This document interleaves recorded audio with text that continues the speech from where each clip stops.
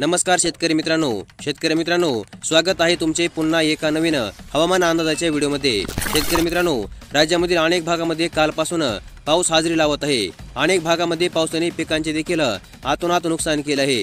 हवामान विभागाने पुढील 3 दिवस राज्यामधील अनेक भागामध्ये पावसाचा अंदाज जाहीर केला आहे। तसेच राज्यामधील बहुतांश भागामध्ये आजही पाऊस पडला। काही ठिकाणी जोरदार पावसाने हजेरी लावली, तर उद्याही राज्यामधील काही भागामध्ये जोरदार पाऊस पडू शकतो, असा अंदाज हवामान विभागाने जाहीर केला आहे। कोकणामधील सर्व जिल्ह्यामध्ये काही ठिकाणी जोरदार पावसाचा अंदाज आहे, तर रायगड जिल्ह्यामध्ये काही ठिकाणी जोरदार अतिवृष्टी होणार असल्याचा रेड अलर्ट हवामान विभागाने जाहीर केला आहे। सिंधुदुर्ग, रत्नागिरी, ठाणे, पालघर आणि मुंबई जिल्ह्यामध्ये काही ठिकाणी जोरदार ते अति जोरदार पावसाचा अंदाज हवामान विभागाने जाहीर केला आहे। तर मध्य महाराष्ट्रामधील पुणे जिल्ह्यामध्ये काही ठिकाणी जोरदार ते अति जोरदार पावसाचा रेड अलर्ट हवामान विभागाने जाहीर केला आहे।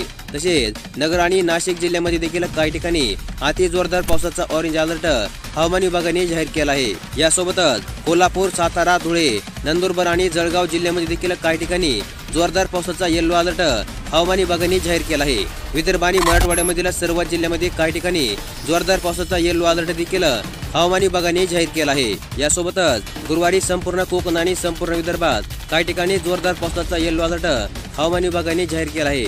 मध्य महाराष्ट्रामधील सातारा, पुणे, नगर, नाशिक, धुळे, नंदुरबार आणि जळगाव जिल्ह्यामध्ये काही ठिकाणी जोरदार पावसाचा येलो अलर्ट जाहीर करण्यात आला आहे। तर शुक्रवारपासून मराठवाडा, कोकण आणि मध्य महाराष्ट्रामध्ये पावसाचा जोर कमी होण्याचा अंदाज हवामान विभागाने जाहीर केला आहे। तर विदर्भातील सर्व जिल्ह्यामध्ये येलो अलर्ट जाहीर करण्यात आला असून पुढील 24 तासामध्ये विदर्भामध्ये जोरदार पाऊस होण्याचा अंदाज आहे। तर अशा प्रकारचा पुढील 24 तासाचा अंदाज आज आपण या व्हिडिओमध्ये पाहिला आणि अशाच प्रकारच्या हवामान अंदाजाच्या दररोज अपडेट पाहण्यासाठी आपल्या चॅनलला लगेचच सबस्क्राईब करून ठेवा। व्हिडिओला देखील लाईक करा।